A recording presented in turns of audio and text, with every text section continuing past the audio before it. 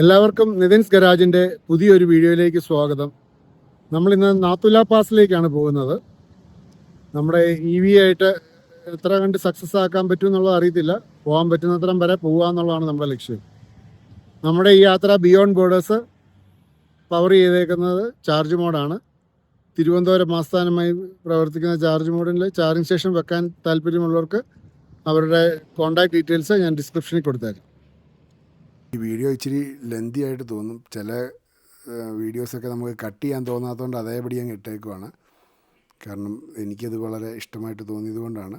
എല്ലാവരും വീഡിയോ മുഴുവനായിട്ട് കാണാൻ നോക്കുക, സപ്പോർട്ട് ചെയ്യുക. ഇതുവരെ ചാനലും സബ്സ്ക്രൈബ് ചെയ്യാത്തവരുണ്ടെങ്കിൽ സബ്സ്ക്രൈബ് ചെയ്യുക. അതുപോലെ ലൈക്കും ഷെയറും ഒക്കെ ചെയ്യുക. Thank you.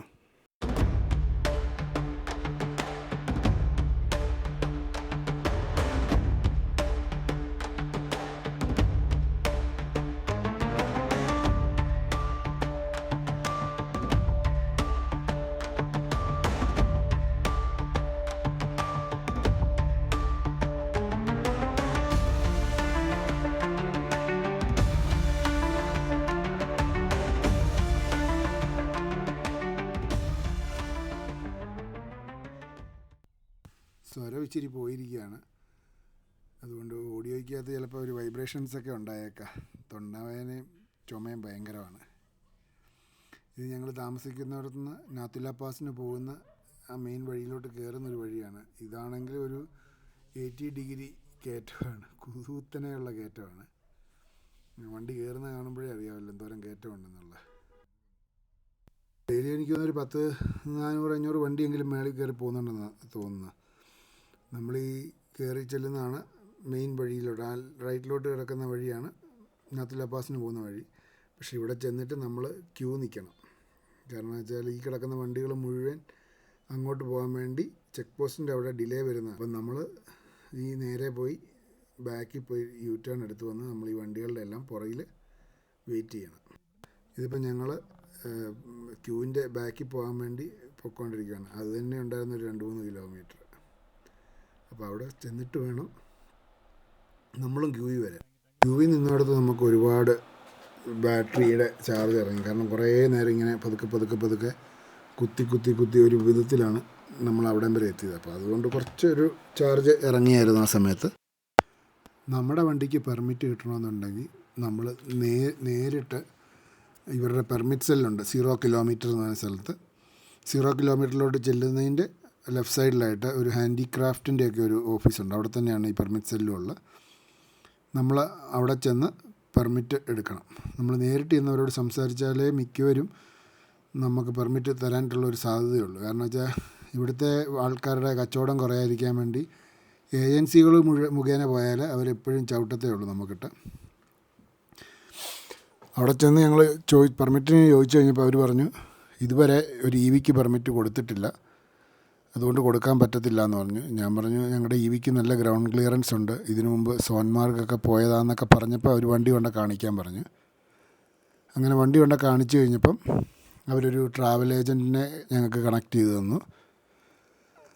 ആ ട്രാവൽ ഏജൻറ്റ് മുഖേന നമ്മൾ പാസും പെർമിറ്റും നമുക്ക് കിട്ടി. ഏകദേശം 3500 രൂപയോളമാണ് ആയത്. ശരിക്കും പെർമിറ്റ് തരാൻ വേണ്ടി അത്രയും രൂപയുടെ ആവശ്യമുണ്ടെന്ന് എനിക്ക് തോന്നുന്നില്ല. അപ്പം അങ്ങനെ ആണ് നമുക്ക് പെർമിറ്റ് കിട്ടിയത്.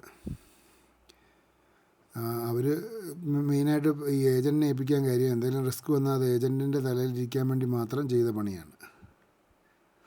കാരണം വെച്ചാൽ ഇതുവരെ EVയെ വിട്ടിട്ടില്ല, അത് അവിടെ ചെന്ന് കഴിയുമ്പോൾ എങ്ങനെ പെർഫോം ചെയ്യുമെന്ന് അറിയത്തില്ല. അപ്പം ഞാൻ പറഞ്ഞു -10 വരെ ഒരു കുഴപ്പവും വണ്ടിക്ക് വരികയില്ല എന്നൊക്കെ പറഞ്ഞിട്ടാണ് നമുക്ക് പെർമിഷൻ തന്നത്.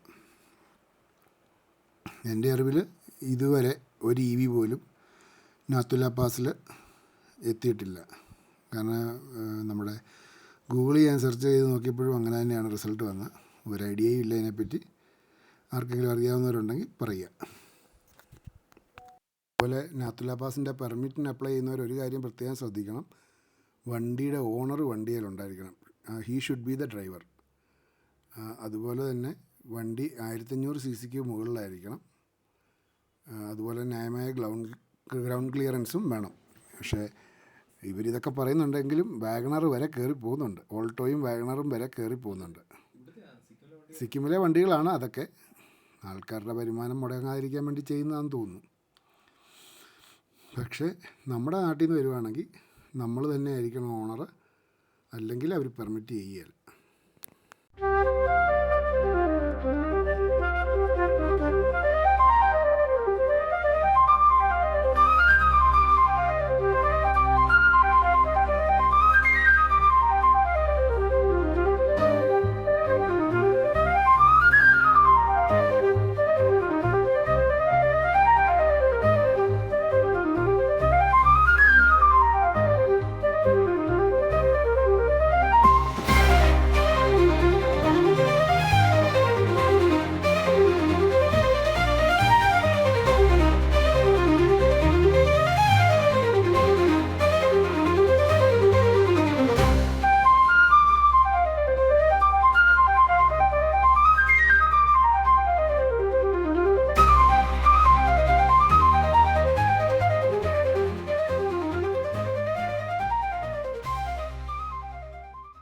നാത്തുല പാസ് ഒരു അപകടവും ഇല്ലാത്ത സ്ഥലമെന്നൊന്നും പറയാൻ പറ്റത്തില്ല. മേളിൽ നിന്ന് എപ്പം വേണേലും കല്ലുരുണ്ട് വീഴാം. അതുപോലെ മഞ്ഞ് ഉരുകിയിട്ട് അതും റോഡിൽ വീഴാം. ഞങ്ങൾ അങ്ങോട്ട് പോയപ്പം വീഴാത്ത കല്ലുകളൊക്കെ ചിലതൊക്കെ റോഡിൽ കിടപ്പുണ്ടായിരുന്നു. ഒന്നാമതെ മൂടൽ മഞ്ഞായതുകൊണ്ട് നമ്മൾ വളരെ ശ്രദ്ധിച്ചോടിച്ചില്ലെങ്കിൽ ഇതുവഴി പണി വരുന്നെന്ന് ചോദിച്ചാൽ മതി. കാരണം വെച്ചാൽ അത്രയ്ക്കും ലാൻഡ് സ്ലൈഡുള്ള ഏരിയയാണ്. കാരണം എവിടെയും നമുക്ക് പോകുന്ന വഴിക്ക് മുഴുവൻ കാണാം ഇടിഞ്ഞും മണ്ണിടിയാറായും ഒക്കെ നിൽക്കുന്നത്.